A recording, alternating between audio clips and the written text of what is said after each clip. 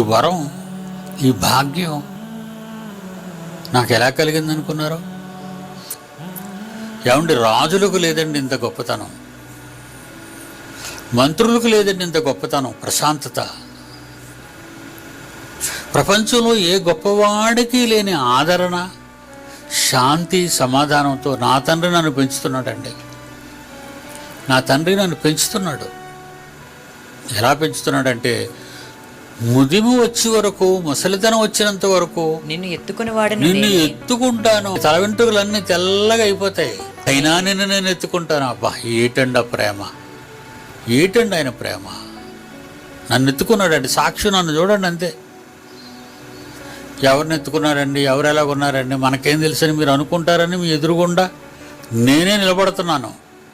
ప్రత్యక్ష సాక్షిగా నన్ను పోషిస్తున్నాడండి నా తండ్రి. ఇందు మహత్తర భాగ్యం ఎంతమందికి ఉందో చెప్పండి.